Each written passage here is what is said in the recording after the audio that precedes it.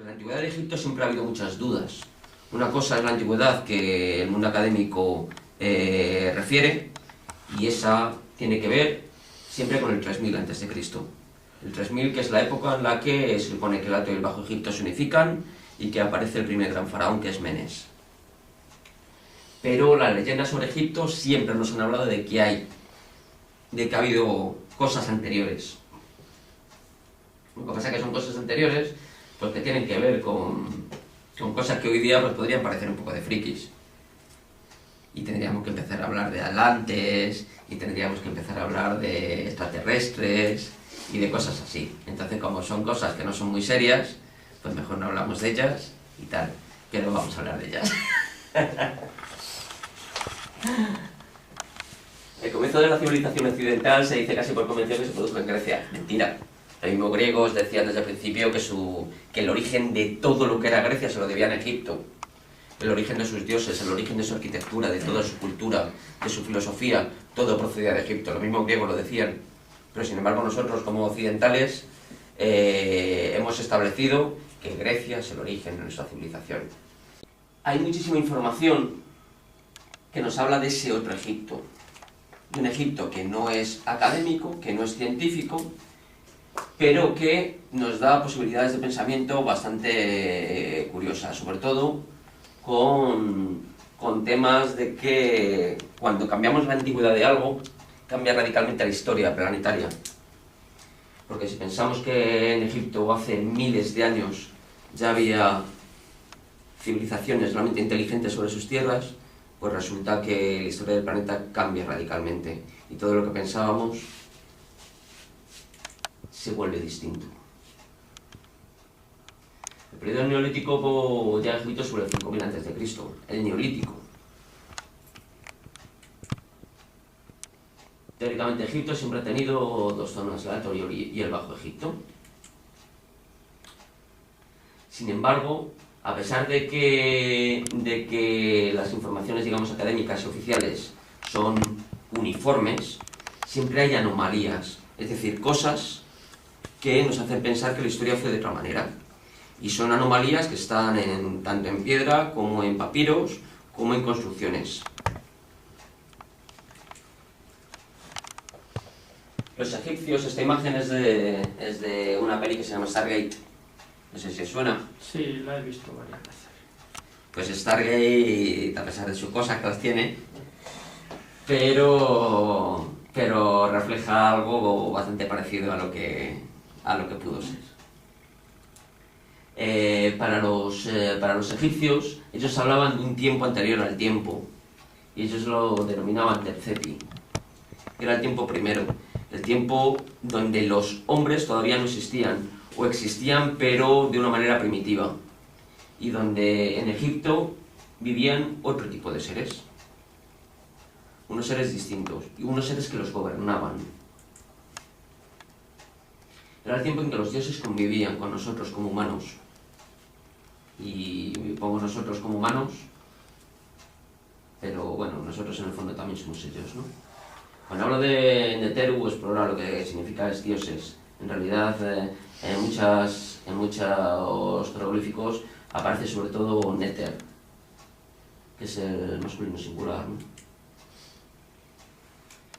Dependiendo de quién responda a la traducción, estos seres, estos Neteru, estos dioses, se los identifica de distintas maneras, como dioses, como principios divinos, es decir, como algo abstracto, como guardianes, como vigilantes, como los brillantes,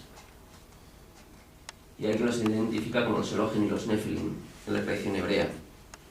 Pensemos que la tradición hebrea es hereditaria al 100% de la tradición egipcia, a pesar de que parece que los hebreos salen de la nada como si fuese una manita muscaria en el bosque, pero todo lo que es el mundo egipcio hebreo se lo debe a Egipto.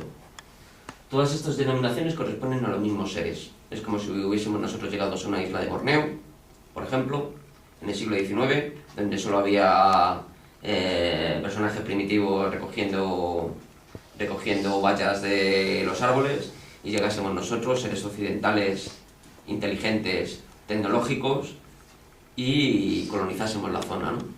Nos llamaron de distintas maneras. Nephilim en realidad hace referencia a algo muy particular, a los gigantes. Todas las tradiciones recogen en su cultura ideas sobre gigantes, es decir, sobre seres que eran muy grandotes, muy grandotes. Estos son los titanes, sobre todo de la tradición griega.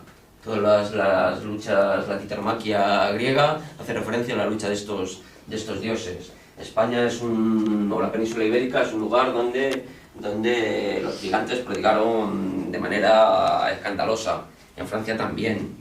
En Egipto también. ¿Qué pasa? O sea, eran simplemente otro tipo de seres.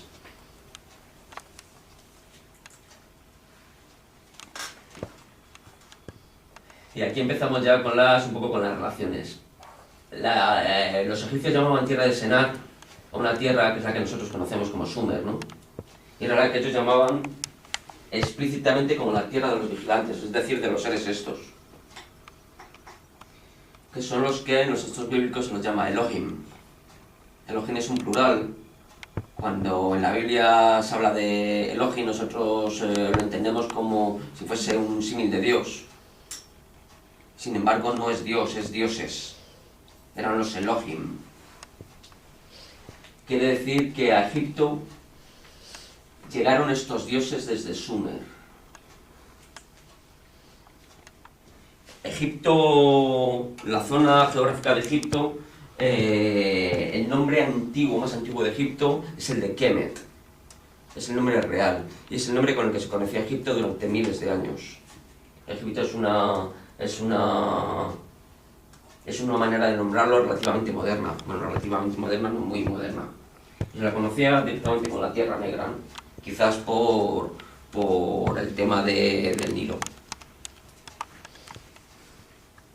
Entonces, lo que nosotros conocemos hoy día de Egipto es un Egipto muy posterior. Un Egipto que en realidad es de los últimos 5.000 años. Pero no quiere decir que en Egipto anteriormente no existiese nada. A diferencia de lo que ocurre con otras culturas, la egipcia de época dinástica o histórica no se formó poco a poco, sino que simplemente hubo un momento en que apareció. O sea, es decir, cualquier cultura tiene un periodo en el que se empieza a surgir, tiene un periodo de esplendor y un periodo de decadencia. Nosotros lo que estamos viviendo con el Egipto histórico es su periodo de decadencia. Es decir, lo más antiguo que conocemos de Egipto es precisamente lo mejor hecho. Entonces esto realmente es paradójico. ¿Cómo va a ser lo mejor hecho? ¿Y luego qué pasa? ¿Solo fuimos desaprendiendo el aprendido, como decía la bruja Bería? Pues evidentemente. Todo en Egipto simplemente aparece. La estética tan característica del pueblo egipcio, que no la vemos en un lugar planetario, con matices. Su religión, la jerarquía de sus dioses, todo simplemente aparece. Y esto evidentemente puede tener dos soluciones. Una que si no evolucionan naturalmente, como todas en el planeta, o como casi todas en el planeta, tiene que ser porque vino de otro lugar. Y evidentemente vino de otro lugar. O dos, que sí evolucionó. Pero si evolucionó, y nosotros tenemos en cuenta que lo que estamos viviendo es su periodo de decadencia, es decir, que vamos a peor, quiere decir que su proceso de evolución tiene que ser infinitamente anterior. Y si es infinitamente anterior, nos estamos yendo a muchísimo tiempo antes. Muchísimo tiempo antes. ¿De dónde vino? Pues ya lo veremos, porque Egipto lo que tiene es que en Egipto han pasado muchas cosas distintas en periodos distintos. Y en esos periodos siempre han influido esos Neteru. Pues algunas imágenes que acompañan a alguno de esos libros, ¿no? Como veis ahí, estos son en tumbas de los Ramsés.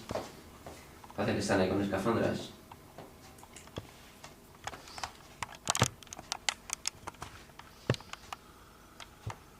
parece muy submarinista. Esto es pues aproximadamente de 1300 a.C., por ahí. Es un ser que está flotando por debajo de un punto rojo que es Sirio. Y ahí empezamos a ver algunas de los puntos cósmicos de los que se supone que procedemos, ¿no? Que casi siempre para Egipto siempre son los mismos, siempre son Sirio y siempre son Orión. Algunos textos nos hablan de una de las zonas desde donde se supone que venían esos dioses, que era el país de Punt. Este país de Punt la reina Hatshepsut mandó una expedición al sur de Egipto, porque se sabía que el país de Punt estaba al sur de Egipto, a pesar de que no se sabía exactamente dónde, ¿no? No se sabe muy bien a dónde llegaron. Donde llegaron probablemente fue al Cuerno de África, a Somalia, Eritrea, y esa gran expedición fue recordada en los muros de un templo tremendo, que es el templo de Dir el-Bahari, sí, que está dedicado a Hathor precisamente, y es el templo de la reina Hatshepsut, que si vais a Egipto es fundamental verlo, ¿no? ¿Qué pasa? Que los egipcios reconocían que algunos de sus dioses habían venido del sur. El tema era saber desde qué punto del sur. Esto es un dibujo del templo de Dir el-Bahari. Entonces, ellos llegaron hasta aquí, hasta la zona de Eritrea, ahora tan devastada por el hambre. Llegaron incluso hasta un poquito más abajo, hasta Somalia. Eran las zonas a las que llegó esa expedición de Hatshepsut. Sin embargo, el origen más remoto del país de Punt estaba muchísimo más al sur. ¿Por qué? Porque si recordáis cuando os hablé de los dioses, de esos dioses en el taller pasado, os dije que los dioses iban en busca de algo. Esos dioses que en un principio estaban asentados en Sumeria, buscaban algo, buscaban oro. ¿Y dónde encontraron ese oro? Pues precisamente en esta zona. Zazilandia y Zululandia. Es decir, la zona que está, digamos, lindando con el río Zambeze. Es decir, la zona que está pegada a Madagascar. De textos que son, yo los llamo mágico-iniciativos religiosos, pero bueno, son textos que nos hablan de otra realidad y de cómo alcanzar esa otra realidad. Sobre todo tiene que ver con tres tipos de textos, los de las pirámides, sarcófagos y el libro de los muertos. En realidad es el mismo texto, o un texto parecido. En realidad luego lo veremos un poquito más en profundidad, pero bueno, el texto de las pirámides es el más antiguo, está recogido en varias paredes de pirámides de la quinta dinastía.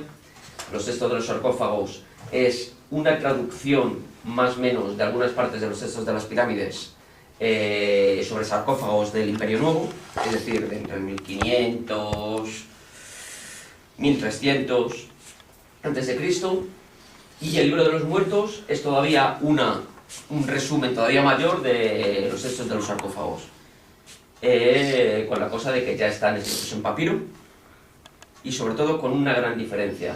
Los textos de las pirámides todos estos textos son textos de trascendencia, es decir, que nos están hablando de que hay otra realidad a la que se puede acceder, otra realidad. Y la gran diferencia viene marcada porque para los textos de las pirámides, los únicos que podían trascender esa realidad eran los dioses. ¿Por qué? Porque los textos de las pirámides son los más antiguos y son los que hablan de los dioses que eran realmente los únicos importantes en la antigüedad. Los textos de los sarcófagos, ahí tienen que ver a los faraones, porque los faraones son humanos, pero son los descendientes de los dioses. Y utilizan algunas de las fórmulas que se supone que utilizaban los dioses, pero para ellos. Y los textos de los muertos es la democratización de la trascendencia. Es decir, que ya casi cualquiera que tenga dinero puede acceder a la trascendencia. Por lo tanto, cuando vemos el libro de los muertos, generalmente ya es un texto totalmente, no voy a decir desacreditado, pero bueno, está ya prácticamente destruido. El origen es este, los textos de las pirámides. Y esos textos de las pirámides están sobre todo en pirámides de la Quinta Dinastía. La de Unas, por ejemplo, en pirámides como la de Unas. Dale like, activa las notificaciones y suscríbete al canal.